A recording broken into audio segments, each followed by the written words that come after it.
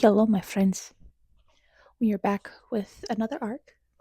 This one is called Darkfire of Caerwynfael by Katie Lynn Easter. And a little fun fact, she reached out to me, not the other way around. And I'm making this out to be such a big deal. It's probably not, but I'm excited because I didn't have to reach out. And I don't know, that feels like some kind of big thing to me.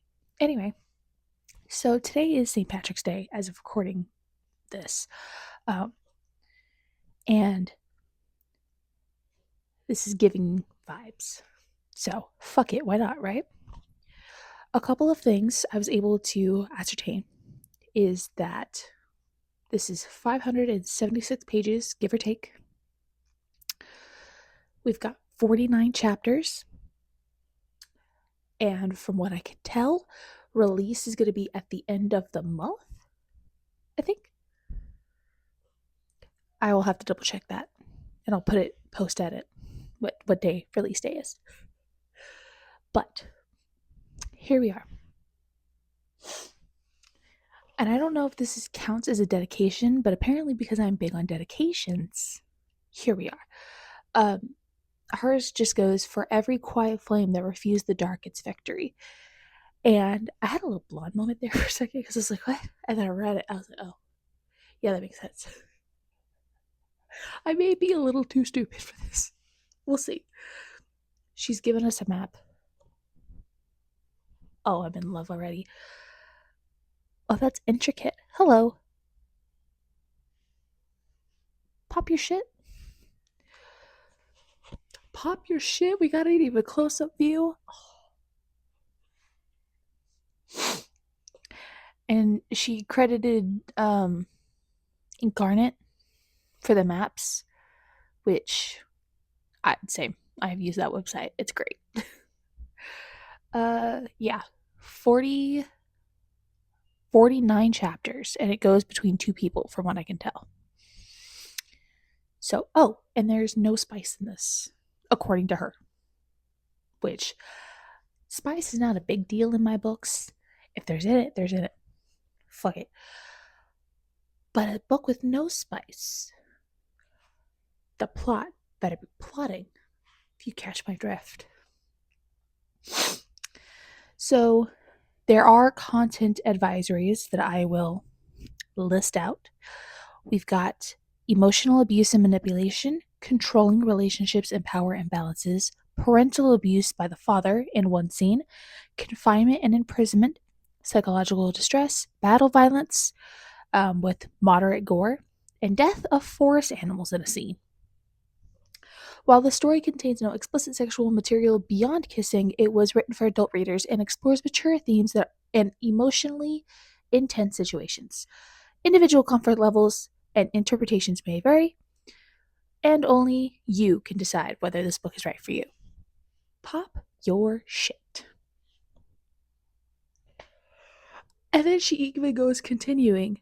As a mother, I would not personally object my own children reading this story. Whether younger readers would fully understand or appreciate its themes is another matter. So essentially, she's saying, watch yourself and maybe keep this away from the kids. You ain't gotta tell me twice. I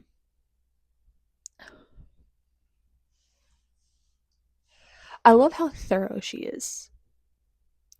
And the story may wander through shadows, but it was never meant to be bleak.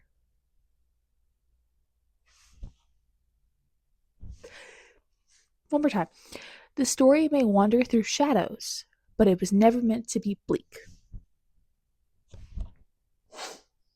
Okay. You're already giving me up to here, and I love that for both of us.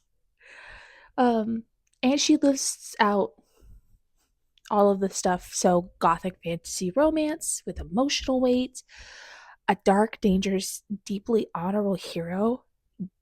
Note, Aragorn, Jon Snow energy. Now, I'm going to reveal a secret.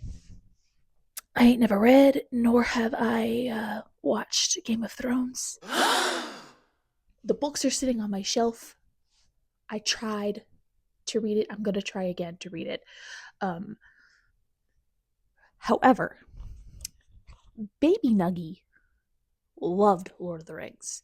So I understand the Aragorn reference. Okay. Slow burn love story rooted in trust and tension. Um, a gothic tinged echo of The Princess Bride. And then she puts, quotes, yes, that kind of devotion. Character driven storytelling and fiercely earned connections, found family bonds, yearning, restraint. You have got my hype up to here, man. Like, that's it. So, let's fucking read. Hey, whoa, 2 pages. I've got 2 pages in, and I'm already in the deep end. Oh, this reminds me of a song. What is it? Um, Blown Away, Carrie Underwood. This is what this reminds me of, except without the tornado. Just the beginning pages. I'm like 2 pages in. But that's kind of what this reminds me of. Oh, excuse me. But I'm intrigued. You know, when you said Aragorn vibes, I didn't think you meant that shit literally. I was like, okay, he's gonna be like stoic and you know. No, I think I just saw Aragorn. Baby, I think Aragorn is just in this story. And I don't even know if this man is the person that's supposed to be the MMC, because that's the only other word I'm going to call him right now. Um, but this man, I understand this man. Also, I like how you phrased it like this. I had no frame of reference for this, no memory, no lesson to pull from. Men took, men hurt, men broke. No one had ever stood between me and the hurt before.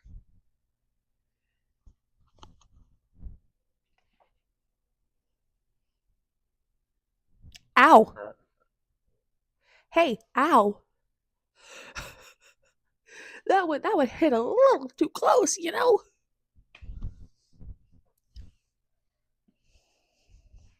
Okay. Katie, you are popping your shit.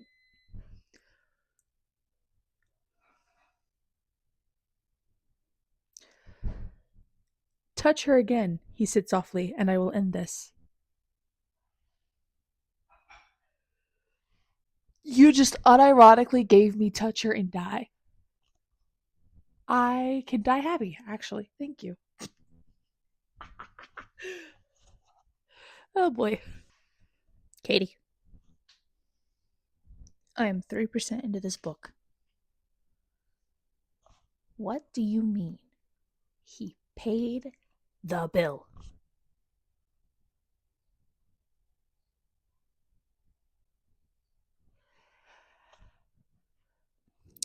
My guy didn't know hide nor hair of Elwyn. Okay? Sit with that for a second. Man swooped in, saved her ass, and then took her ass to a healer and then paid the bill. The bar is in hell, and he came up to here. The bar was in hell, and he superseded that.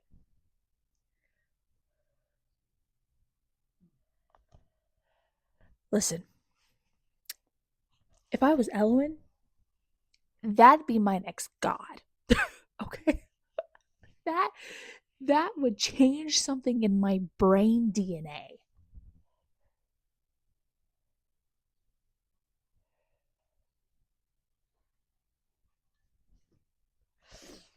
You already have me rooting for them.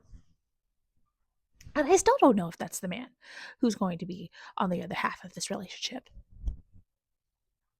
For all I know, this man could be a servant.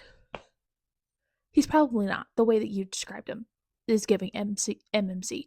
But like,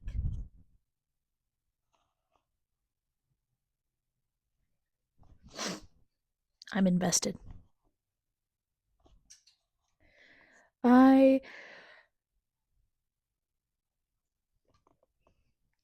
I've spent so long believing men like him didn't exist, that there were fairy tales told to foolish girls.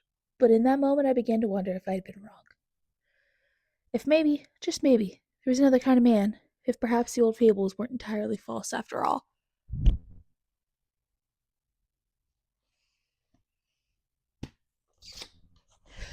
Welp.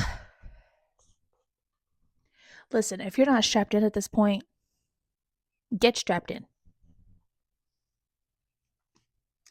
Oh, there's cute little drawing. I like that. Oh my god, that was just the prologue. That man died. Good riddance. I said what I said.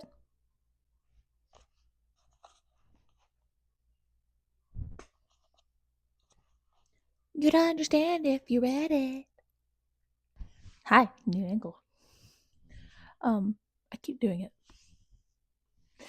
Uh, I keep imagining British accents and getting as close as I can to one. You'll take breakfast at first bell. That was probably more Irish than British. I digress. I keep thinking that that's their voice.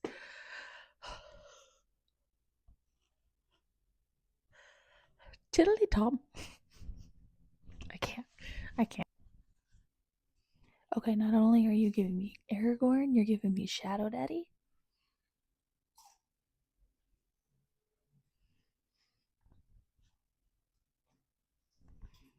I'm watching you now.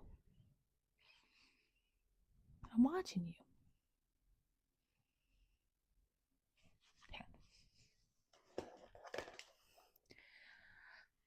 Shadow power demands a price. Be careful the cost does not overcome you. Now listen. I've read Fourth Wing. I've read Fourth Wing.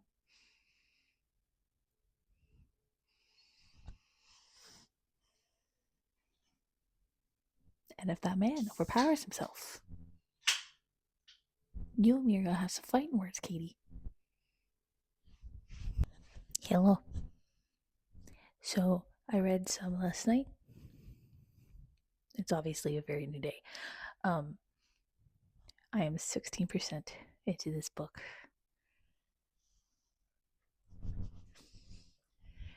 Oh, y'all thought I crashed out over Eternal as the Night. Oh, buddy.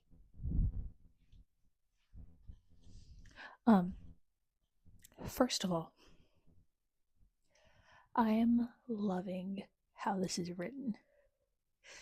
There are a couple of places where it feels like she repeats herself. Like she says it, and then she goes back and resays it in a different way. Which is fair, fine. I'm not bothered by it. But it feels easy to read, but then also I have to like go back and be like, what the fuck just happened? It very much feels like we are in that time period. I can envision what's happening. I can see the costume pieces. I can see the fucking griffin like creatures that they fly on. I can see it. I'm so tickled. And then you have breathe. I've got you.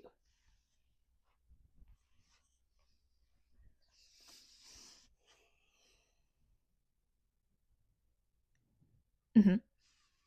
Mm-hmm. Mm-hmm.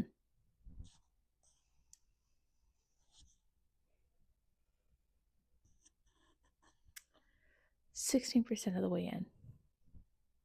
Somebody's gonna have to sedate me. Hi. Um, so I haven't been recording a whole lot of like live reactions, only because I keep reading when everybody else is asleep. And I'm like, I'm loud. So, but I have been taking notes, as evidenced. Um, I've only gotten like 26% of the way through. And this is 2 days into reading. Today would be like the third day.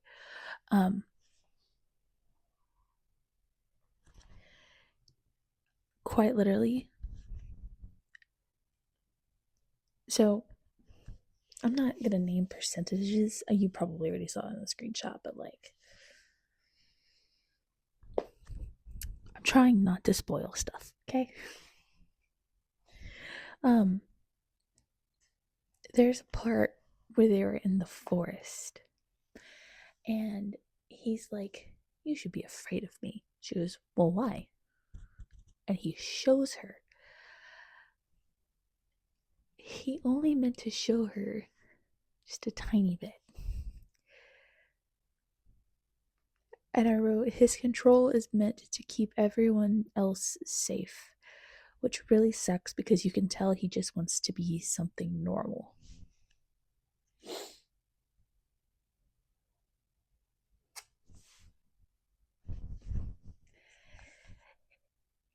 Without giving it away, like,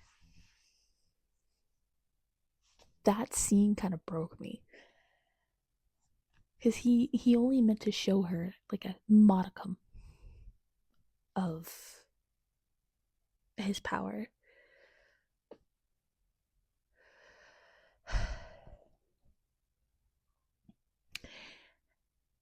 And then moving on to the king. Katie. Katie, I know you're popping your shit. I don't like him. Not one fucking bit. No, ma'am. No. Titles exist for the court, not for you. Sir, shut the fuck up and go talk to somebody else. Do not talk to my girl Elwyn. Okay? Okay.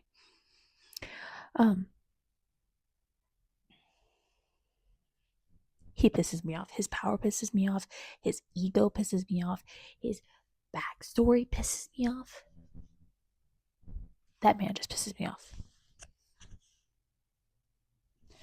And then, and I'm probably going to mispronounce his name.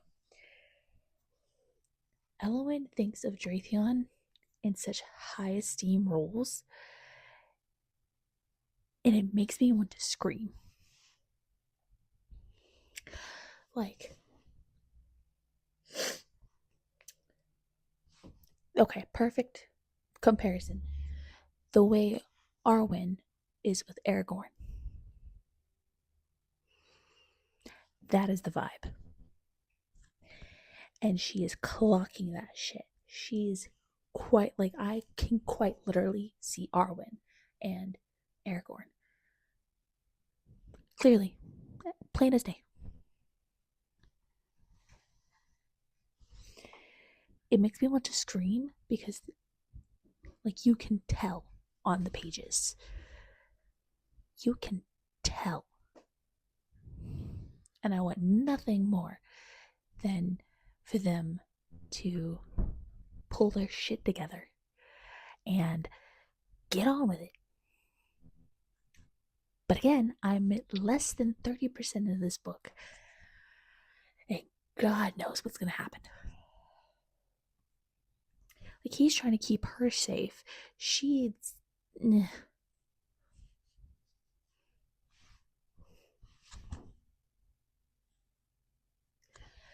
It's one of those things. And I'm reading this while also reading another buddy read.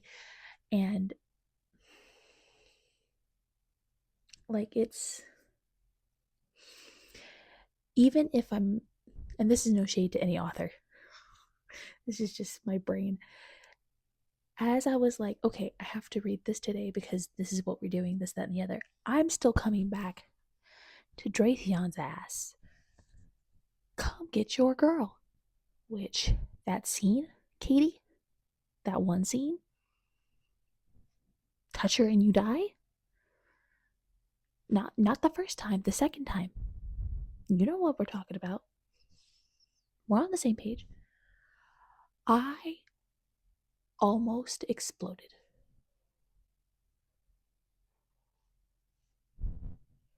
What do you mean?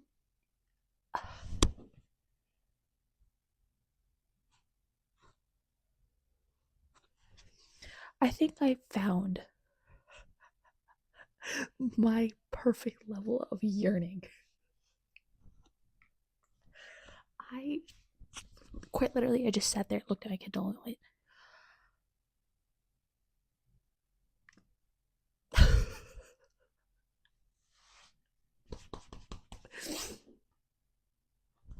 anyway, so that is what we have been missing.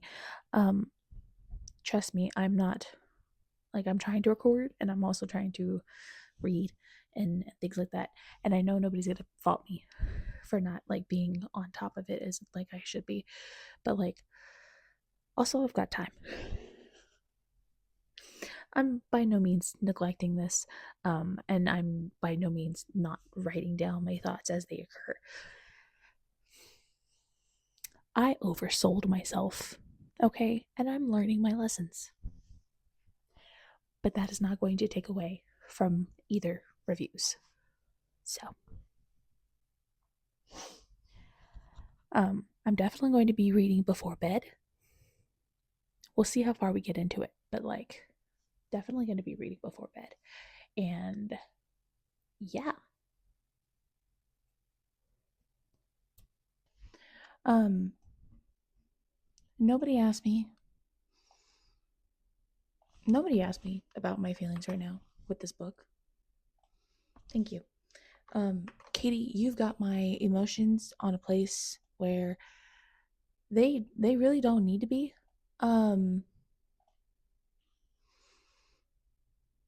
Again, I'm quite literally doing my day job and I am still thinking, Katie, you're going to break me. I thought Elena was going to pay for my therapy bill, or Miss Amanda, um, or even Stephanie right now. Katie, what is it with you indie authors and my feelings? They're fragile, you know?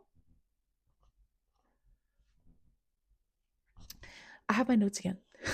Oh, God. I have my notes again. I read so much last night. It's not even funny. Like, it took, like, I don't know, maybe like an hour, a good hour and a half.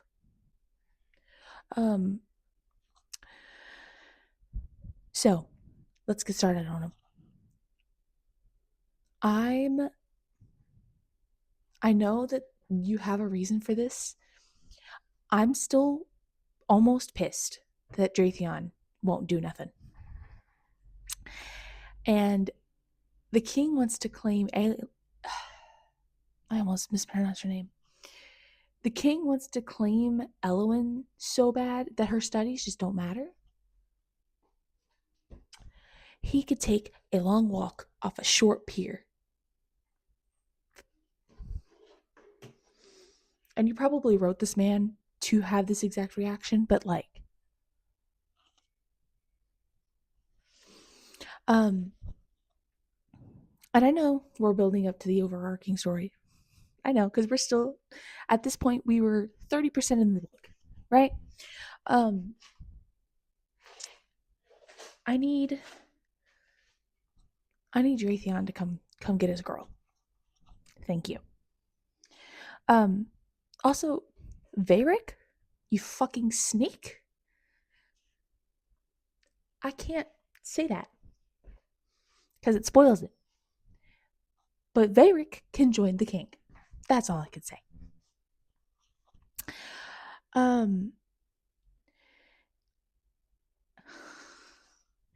There is a part, and I'll probably include it. There is a part where Dratheon says that he needs to find his steadiness, and he immediately thinks of Elwyn.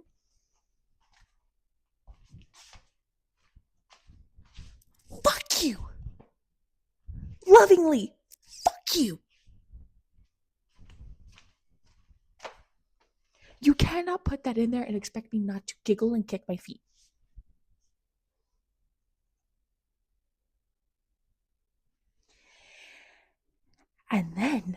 And then you made the king do that to Dratheon? Katie, I respect you. I will never speak bad about your name. But what the fuck?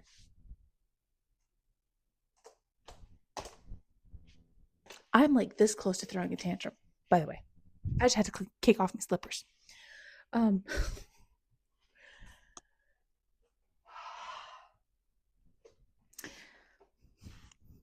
I can't say I hate you because I don't. But I hate that you did that. And then reading through the 2 chapters immediately after that, you got me all kinds of fucked up.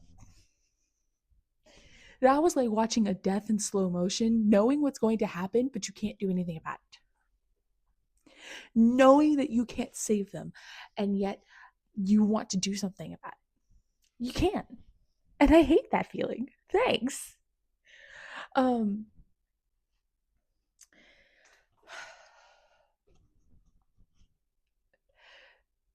Don't let go, Katie.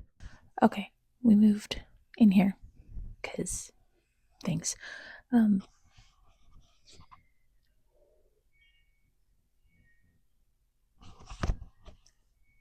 So don't let go. Really? You had her do all that work for 3 words. Granted, that was all that was allowed, but like 3 words.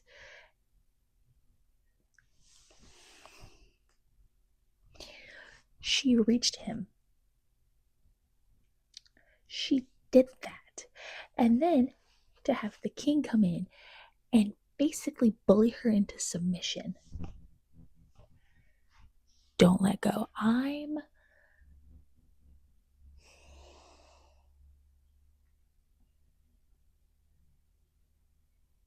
She tried to put her foot down, and the king said, fuck you and your ideas. You could join Dratheon, Katie. Not really, please don't.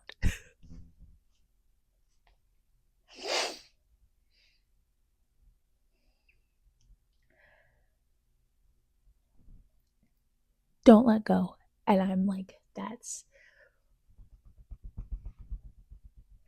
shit's gonna stick with me. Thanks for that.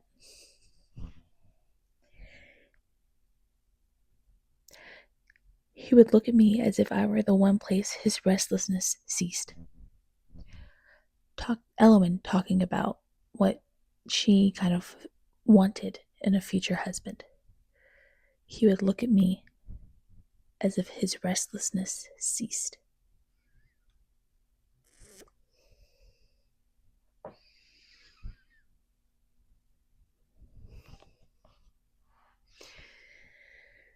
Katie, I need you to sedate me at this point.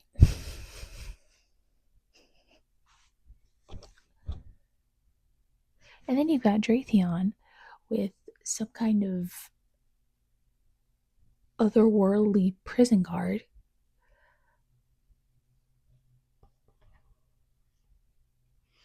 You have me at a loss for words.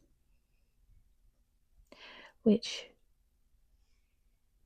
that's actually not dramatic. I could get more dramatic about that. You have me at a loss for words.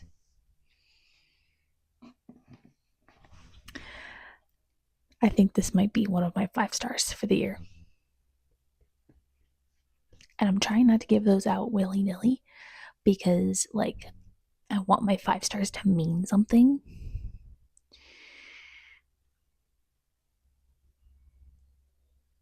But if it's not going to be a 5 star, it's going to be very fucking close. So thanks for that. Katie, you're not seriously having me sympathize with the king, are you?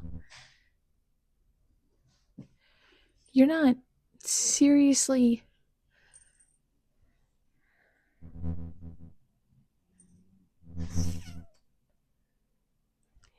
He still can go fuck himself. No. So we're just letting him go?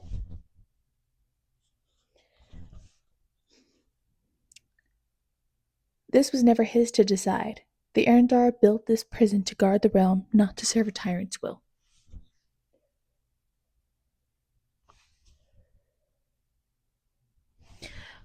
Which makes sense.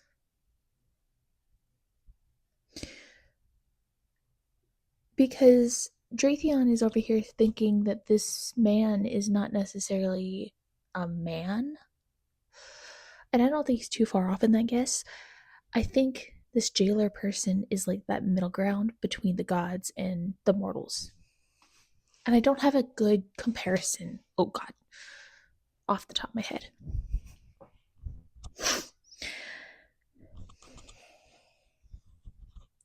It's like you could almost compare it to Hermes, where he is godlike in and of himself, and he has all of his powers or whatnot.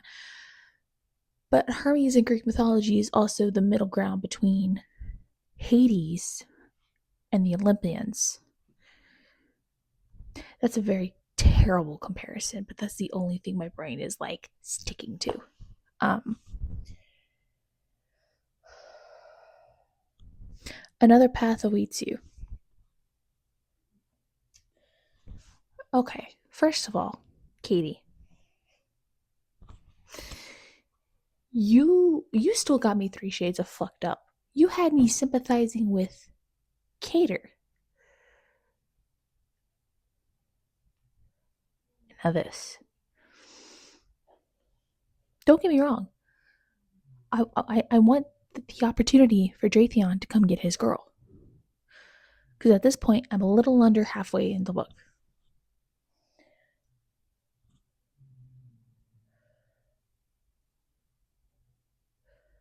Have you found its shape within you yet? I feel like that is such a weird way to phrase that, but it's not.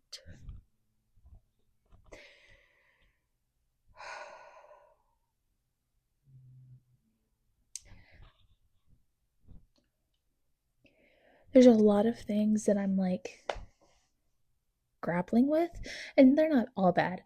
I just, it took where Dratheon is, it took a lot out of him, but it also gave him so much. And I am interested in seeing how his relationship with Elwyn is going to affect that. Because she still does not know in full entirety who to believe. Like, she knows Cater and his power, and I still want to throw his head through a wall, but like, that flicker of doubt of for Dratheon, I think that seed planted in Elowen is going to cause a whole lot of issues later on. And it most likely will, because you can't unsee that. She will never be able to unsee what happened, how it was handled, what happened afterwards. And it's severely fucked up of the king to do. And I'm not going to spoil anything, because obviously, who do you think I am? even if you were not entirely into romance and you were just like fantasy or even gothic literature, this is definitely hitting its marks. Granted, I know next to nothing about gothic literature. Okay? Chill with me for a second. Um but I can see this up there with like Tolkien, Nuggy. Trust me, I know what I just said. I know what I just said. But this is reading a whole lot like Lord of the Rings to me. Have I read it in its entirety? No. Will I ever? Probably. Let's not count me out just yet. Okay? I may be overswamped and overbooked with arcs, but that does not mean I won't have time for everything else. So,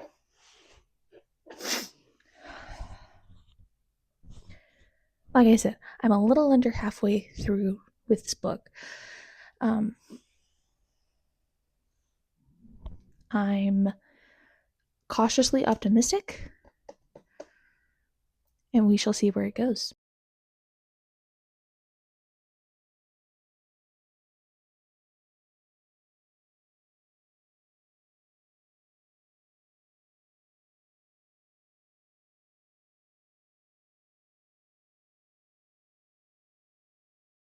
Hi, hello, friends. Um, if you notice any tear tracks, don't ask. I'll probably explain it in a minute. um, I couldn't record the last couple of days. I still read, but I couldn't record the last couple of days because I was just busy. Um, and now that I'm looking at my notes, I'm like, I can't say this because it spoils it. um, ignore him. He's being a shithead. Um, so the first note that is not as spoilery as I think it is, he left the stone, Katie. He left the goddamn stone. Are you shitting me right now? I looked at that and I went, he left it. It seals it. I'm done for.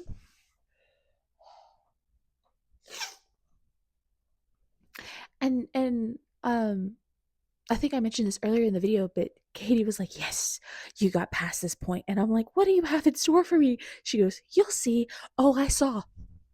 I came, I conquered. I did not want to. Okay? Um one of my notes was like, "Jesus fuck, I'm strapped in." And I was. I was in these trenches with these people. Nuggy, you're being over dramatic. I know. You'll find out why in a second. Um And when I do these reviews, I'm not trying to do this solely off emotions, because if I do, every book is going to be in the 5-star range. Well, not every book, but like there's at least 2 or 3 that would have made that 5-star cut this year, right? I'm trying to hold off on those because I know that when people come to recommendations, some people are like really serious about them and then some people aren't. And I don't want anybody to feel kind of left out. So, if that doesn't give you a hint as to where I'm going with this, you made me cry. I thought Elena was going to be paying for my therapy bill. Miss Ma'am, no, that responsibility is going to you. Miss Easter, Miss Katie, you made me cry twice. You made me cry twice. And I am not a person that cries at books. Okay? When sad part, I'm like, oh my god, this is really sad, but I do not tear up. I teared up. The tears were rolling down my cheeks actively as I kept reading.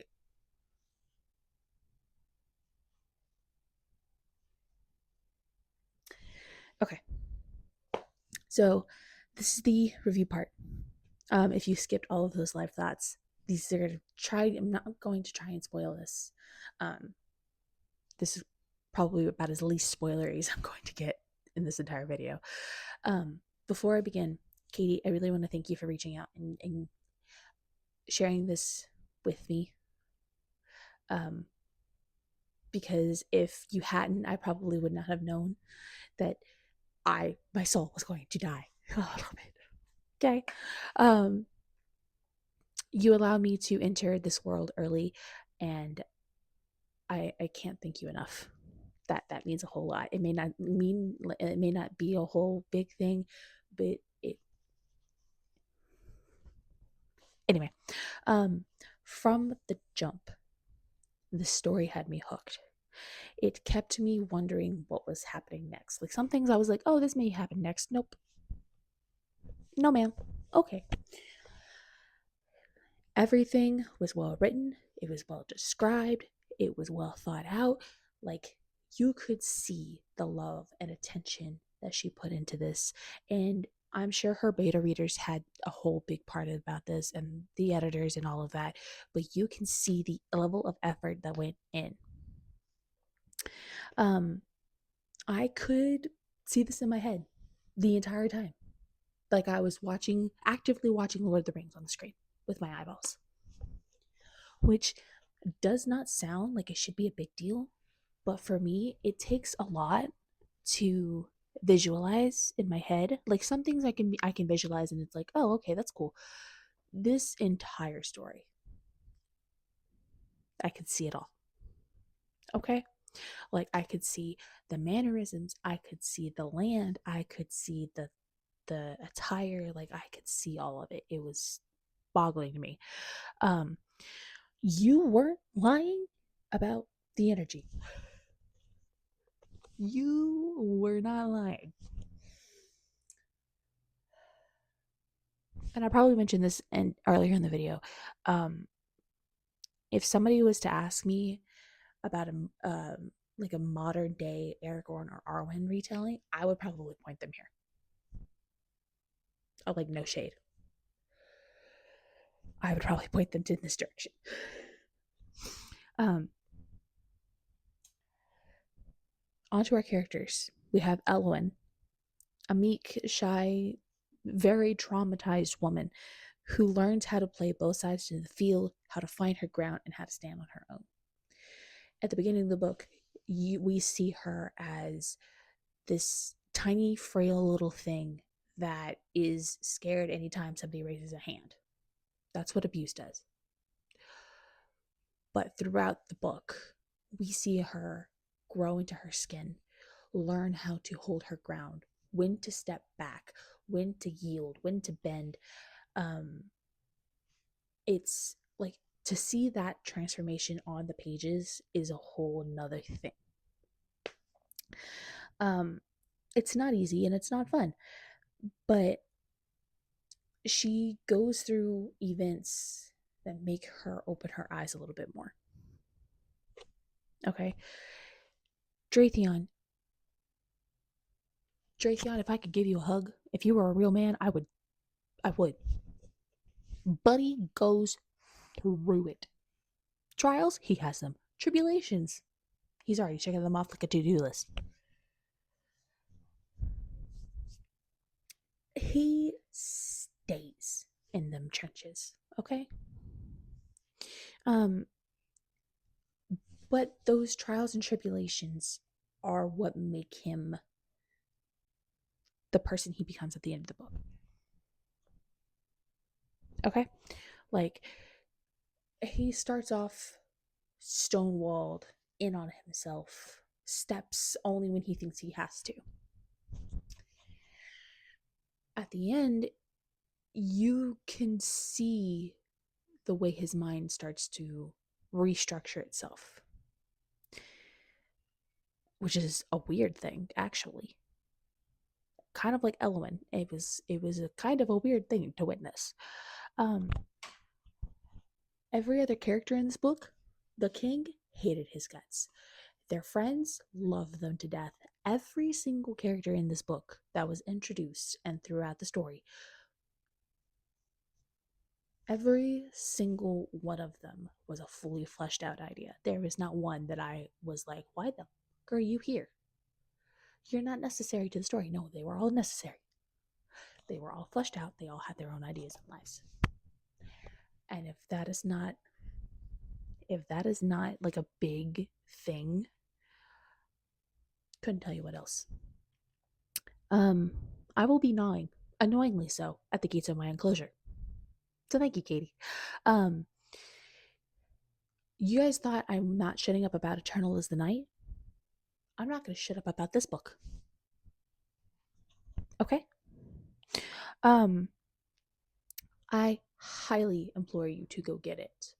If you are a Game of Thrones fan, if you are a Lord of the Rings fan, um, because it has that level, right? And for my Spice Girlies, there's not one like a Spice. Not one. But you know what? It didn't need it. If she would have put a scene in there, I wouldn't have batted an eye.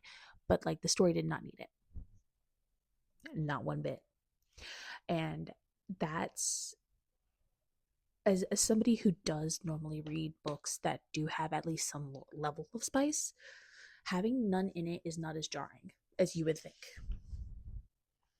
And like I said earlier at the beginning of the video, a book without spice is not immediately going to turn me off. Like I said, I cried. So it I appreciate that direction that she went.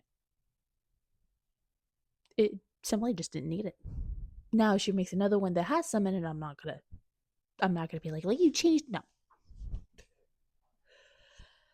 Um I think I've yammered on long enough. But if you want your soul just a little bit crushed, I'm recommending it. So I'll see you in the next one.